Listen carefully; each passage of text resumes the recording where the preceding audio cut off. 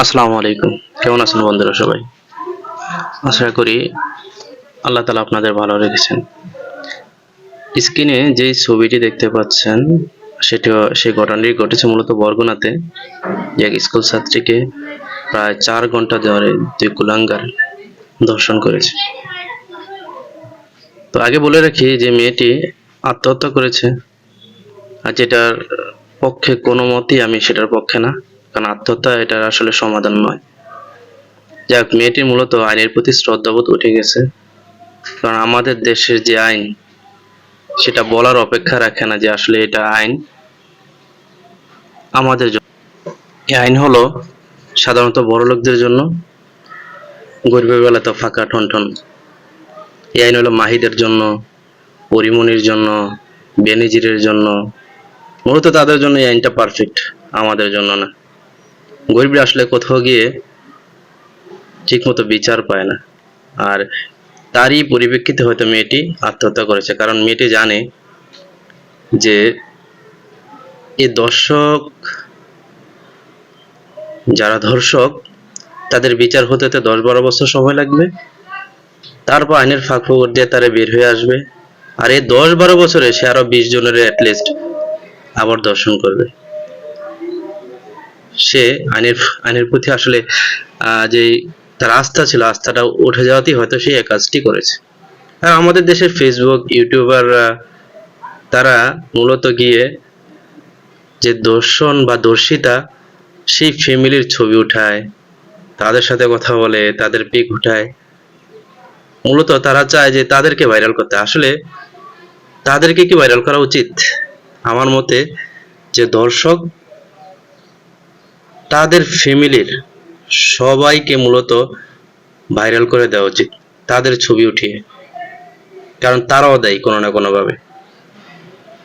সুতরাং তাদেরকে ভাইরাল করে দেওয়া উচিত, জাতির সামনে তাদেরকে তুলে ধরা উচিত। কারণ দর্শক কখনো কারো ভাই হতে পারে না, বন্ধু হতে পারে না, বাবা হতে পারে না, খালু হতে পারে না।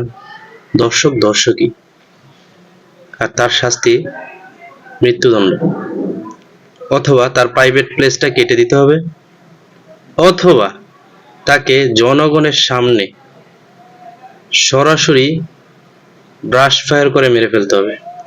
যদি দু একটা ধর্ষকের শাস্তি এভাবে প্রকাশ্যে করা হতো, তাহলে আমি মনে করি ধর্ষণ কমে যেত।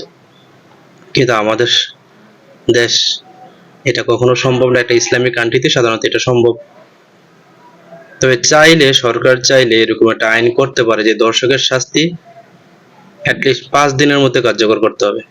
না, এটা ৩ বছর, ৩.৫ বছর, ১০ বছর ধরে এটা ঘুরানোর কোনো মানে হয় না। প্রমাণিত হয়েছে তো সাথে সাথে এদের শাস্তি দিতে হবে, এবং সেই শাস্তিটা প্রকাশ্যে দেওয়া উচিত, যাতে করে বাকিরা সাবধান হয়ে যায়, যাতে করে মেয়েরা নিরাপদে চলতে পারে, যাতে করে কেউ আর ধর্ষণের শিকার না হয়, এরকম করুণ পরিণতি বরণ না করে।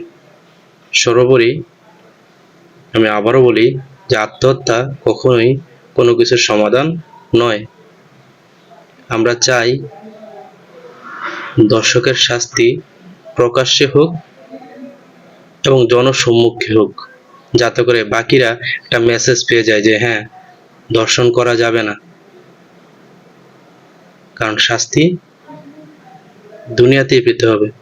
কারণ আমরা ইসলামে তো জানি, ইসলামে দর্শকদের শাস্তি কি দিয়েছে, যারা ধর্ষক তাদের শাস্তির বিধান ইসলাম কি রেখেছে।